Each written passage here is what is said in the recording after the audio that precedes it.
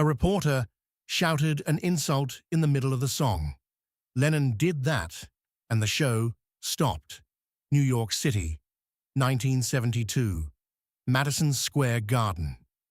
The air was electric, thick with the anticipation of a sold-out crowd. John Lennon stood on stage, guitar in hand, bathed in the glare of spotlights.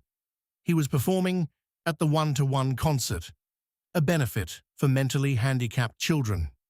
It was a triumphant return to the live stage, a powerful statement of his renewed purpose as an artist and an activist. But the roar of the crowd, usually a source of exhilaration, felt different tonight. Beneath the cheers, a subtle undercurrent of tension hummed. The early 70s in America were a fractured time. The Vietnam War raged, political divisions ran deep, and John Lennon, the outspoken anti-war activist, was a lightning rod for both adoration and intense animosity. He was still fighting his deportation battle with the Nixon administration, a relentless campaign to silence his voice. He knew he was under constant surveillance, that every public appearance was scrutinized. Yoko Ono stood beside him, a defiant figure in her own right, her presence often provoking strong reactions. Their music, their politics, their very existence as a couple challenged many conventions. And as they launched into Imagine, the anthem of peace that had become his most iconic song, a hush fell over the stadium. Thousands of voices joined in, a collective prayer for a better world. But not everyone was there to pray. In the press pit, a veteran reporter named Frank O'Malley, known for his cynical demeanor and conservative views, seethed. He saw Lennon as a dangerous radical, a foreign agitator, and Yoko as an unwelcome distraction. He resented their influence, their message, and their very presence in America. As John sang the poignant lines of Imagine, O'Malley, fueled by a potent mix of alcohol and ideological hatred, saw his moment. He stood up, his face contorted with rage, and bellowed, his voice cutting through the melody. "Hey, Lennon, why don't you go back to England and take your witch with you? We don't need your communist propaganda here." The words hung in the air, a jarring discord in the harmonious theatre. The music faltered, and a collective gasp rippled through the thousands. The band members exchanged terrified glances. The singing died down, replaced by a stunned, uncomfortable silence. John Lennon, from his position at the microphone, had heard every word. The casual racism, the misogynistic insult, the blatant disrespect directed at Yoko and at his message of peace. He felt a familiar cold fury rise within him. What happened next would last mere seconds. But those seconds would reveal the raw courage of a man who refused to be intimidated, the fragile line between adoration and hatred, and the profound power of a single, defiant act. A reporter had shouted an insult in the middle of the song, and John Lennon was about to do something that would make the entire show stop. By 1972, John Lennon was a man living under siege. His move to New York City in 1971 had been an attempt to escape the suffocating pressures of London and the lingering shadows of the Beatles' breakup. He sought a new beginning with Yoko, a place where they could freely pursue their art and activism. But America, under President Richard Nixon, proved to be an even more hostile environment. John's outspoken opposition to the Vietnam War, his association with radical figures like Jerry Rubin and Abbie Hoffman, and his immense influence on young people made him a prime target for the government. The FBI, at Nixon's direct order, launched a relentless campaign to deport him. Every phone call was tapped, every movement monitored, every public statement scrutinized, for any legal pretext to send him back to England. This constant surveillance, this feeling of being hunted, took a toll. John was often paranoid, distrustful, and deeply aware of the target painted on his back. He knew that his words and his actions, even his very presence, provoked strong reactions. The one-to-one concert was meant to be a moment of triumph, a demonstration of his enduring appeal and his commitment to humanitarian causes. It was a chance to connect directly with his audience, to share his message of peace and unity. But even in this sanctuary, the venom of his detractors could penetrate. Yoko Ono, standing beside him, was not just his partner. She was his artistic muse and collaborator. Her avant-garde approach, her use of primal screams and experimental vocals was integral to the raw power of their shared art. To insult her, to dismiss her, was to attack John's own artistic integrity and his deepest personal connection. He viewed it as a misogynistic and xenophobic attempt to control their shared creative space. Frank O'Malley, the reporter, represented the very establishment John had spent his life railing against. O'Malley's world was one of carefully managed narratives, where dissent was dangerous and conformity was king. He saw John Lennon as a threat to the American way of life, a foreign influence corrupting the youth. His decision to shout an insult was not just about personal dislike. It was about attempting to silence a voice he deemed dangerous, to assert a perceived moral authority. The tension in the stadium was a microcosm of the larger cultural clash of the early 1970s. The old guard, clinging to tradition and order, was being challenged by a new generation demanding authenticity, freedom, and a voice for the marginalized. John Lennon, ever the rebel, was at the forefront of this battle. He knew that allowing O'Malley's insult to pass unchallenged would be a betrayal of his own truth, a surrender to the very forces he sought to defy. He looked at Yoko, her face a mask of quiet dignity, then out at the stunned crowd. The silence was deafening. The music had stopped. The show had stopped. And now, all eyes were on John Lennon. The silence stretched, thick and heavy, punctuated only by the distant hum of the stadium's ventilation system. John Lennon slowly lowered his guitar, the feedback dying with a soft whine. He didn't speak immediately. He didn't need to. His gaze, cold and unwavering, was fixed on Frank O'Malley in the press pit. O'Malley, initially emboldened by his outburst, now seemed to shrink under John's stare. The bravado drained from his face, replaced by a flicker of fear. He had expected anger, a shouted retort, perhaps even a physical confrontation. He had not expected this quiet, intense scrutiny. John's eyes, usually sparkling with wit or burning with passion, were now like chips of ice. They conveyed a message far more potent than any shouted insult, a profound disappointment, a weary understanding of the hatred he faced, and an unshakable resolve. The crowd, still frozen in anticipation, watched the silent standoff. They had come for music and for a celebration of peace. Instead, they were witnessing a raw, unscripted moment of confrontation, a battle of wills between a global icon and a single, hateful voice. Yoko Ono, ever attuned to John's emotions, placed a gentle hand on his arm. Her touch was a silent anchor, a reminder of their shared strength.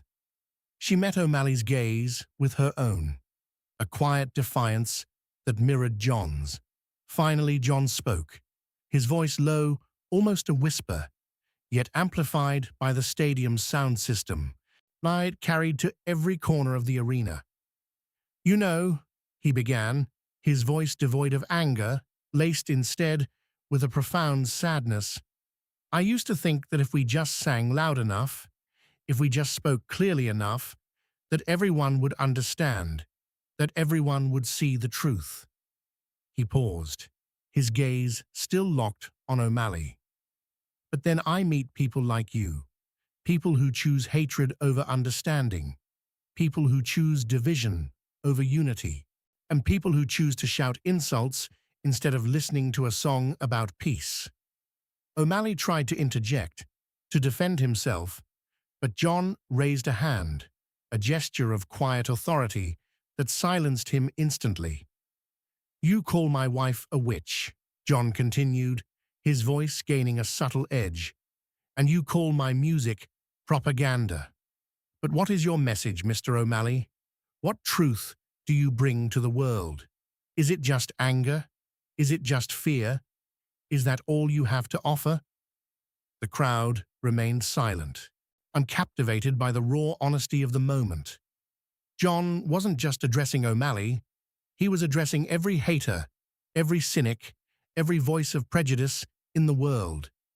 He then turned his gaze from O'Malley, sweeping it across the thousands of faces in the audience. His eyes softened, a flicker of hope returning. "We're here tonight," John said, his voice now clear and strong. "For peace, for love, for understanding.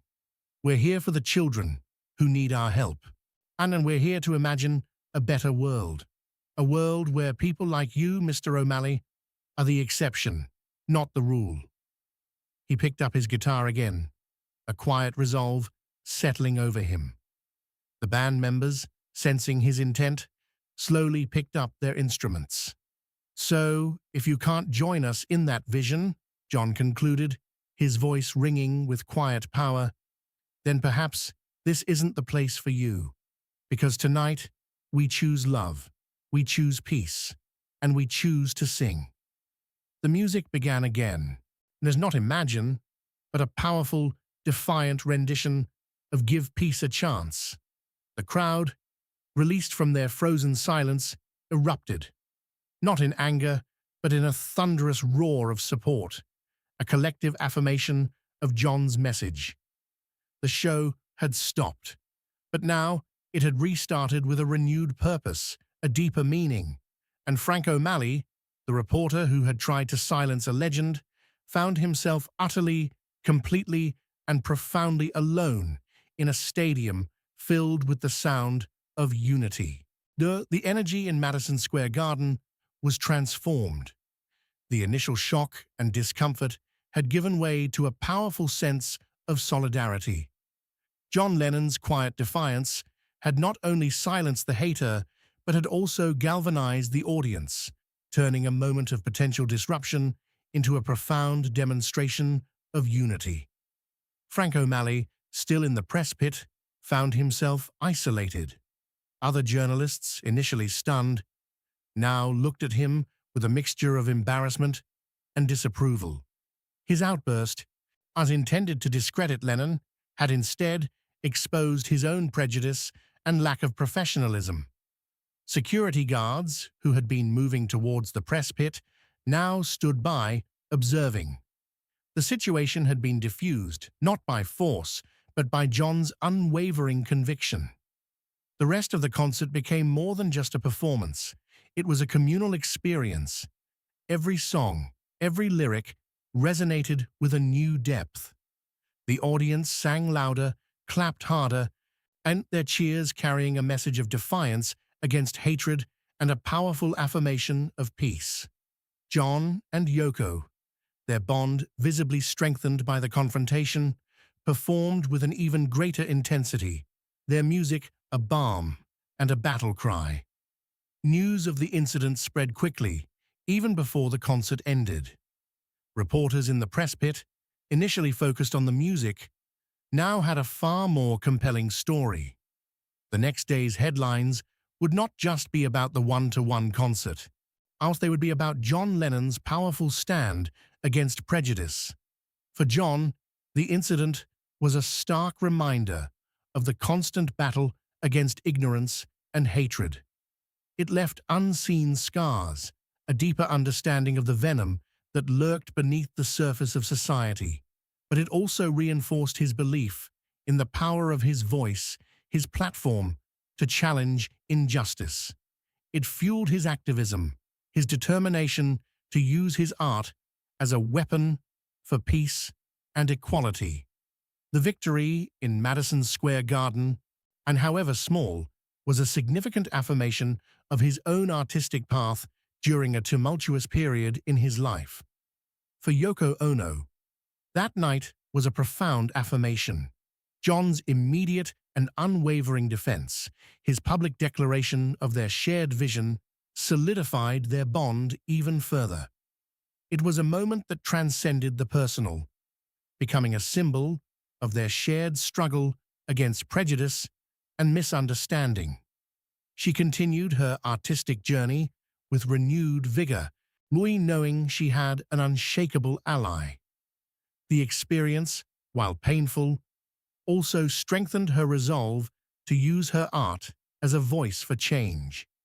The echoes of that day resonated not just in the lives of John and Yoko, but in the broader movement for civil rights and artistic freedom. It showed that even in the darkest times, a single act of courage, a single voice raised in defiance, could inspire thousands. The concert reached its climax, a powerful, extended rendition of Imagine. The stadium lights dimmed, and thousands of lighters and candles flickered, transforming the vast arena into a galaxy of tiny stars. John Lennon, his voice raw with emotion, sang the iconic lyrics, his eyes sweeping across the illuminated faces in the crowd. He wasn't just singing a song, he was leading a prayer, a collective yearning for a world free from the very hatred they had just witnessed. Frank O'Malley, still in the press pit, found himself trapped. The security guards had discreetly moved to block his exit, ensuring he remained a captive audience to the very message he despised. He watched, seething, as the crowd swayed, their voices joining John's in a powerful chorus. The climax wasn't a physical confrontation, it was a spiritual one. It was the moment when the collective will of thousands, united by a message of peace, utterly overwhelmed the singular voice of hatred. It was the triumph of hope over cynicism, of love over prejudice. Then, as the final notes of Imagine faded, a profound silence descended upon the stadium. It was a silence born not of shock, but of reverence. A silence that held the weight of shared emotion, of collective resolve. Then slowly, a single person began to clap, then another, and another, until the stadium erupted in a thunderous standing ovation, a roar that seemed to shake the very foundations of the building. It was not just applause for the music, it was applause for the message, and for the courage, for the defiant stand against hatred. John Lennon stood at the microphone, his head bowed, visibly moved by the outpouring of support. He had faced down presidents, critics, and the crushing weight of fame. But this moment, this raw, unscripted affirmation of his deepest beliefs, touched him profoundly. He looked up, his eyes glistening, and simply said, "Thank you. Thank you for imagining with us." The show had stopped for a moment of venom, but it had restarted with a climax of conviction, proving that even in the face of hatred, the human spirit, when united, could create a symphony of hope. The one-to-one concert concluded, but its impact resonated far beyond the final encore. Frank O'Malley was quietly escorted out of the stadium, his journalistic career forever tarnished by his public outburst. The incident became a cautionary tale in newsrooms, a stark reminder of the ethical boundaries of reporting. He faded into obscurity, his name synonymous with prejudice and unprofessionalism. For John Lennon, the event left unseen scars. The constant battle against hatred and misunderstanding was exhausting. He often spoke of the emotional toll of being a public figure, of the relentless scrutiny and the venom directed at him and Yoko. The incident at Madison Square Garden was another painful reminder of the world's resistance to his message of peace. Yet, it also strengthened his resolve. When it reaffirmed his belief in the power of his music, his platform, to challenge injustice. It fueled his activism, his determination to use his art as a weapon for peace and equality. The victory in Madison Square Garden, however small, was a significant affirmation of his own artistic path during a tumultuous period in his life. The one-to-one concert itself raised over $1.5 million for the Willowbrook State School, a facility for mentally handicapped children, and brought much-needed attention to the plight of its residents. John Lennon's performance and his powerful stand elevated the event from a mere concert to a cultural touchstone. Yoko Ono, in the decades that followed, became the fierce guardian of John's legacy, ensuring his music and his message continued to reach the world. She also continued her own artistic journey, her work finally receiving the critical recognition it deserved, a testament to her own resilience and vision.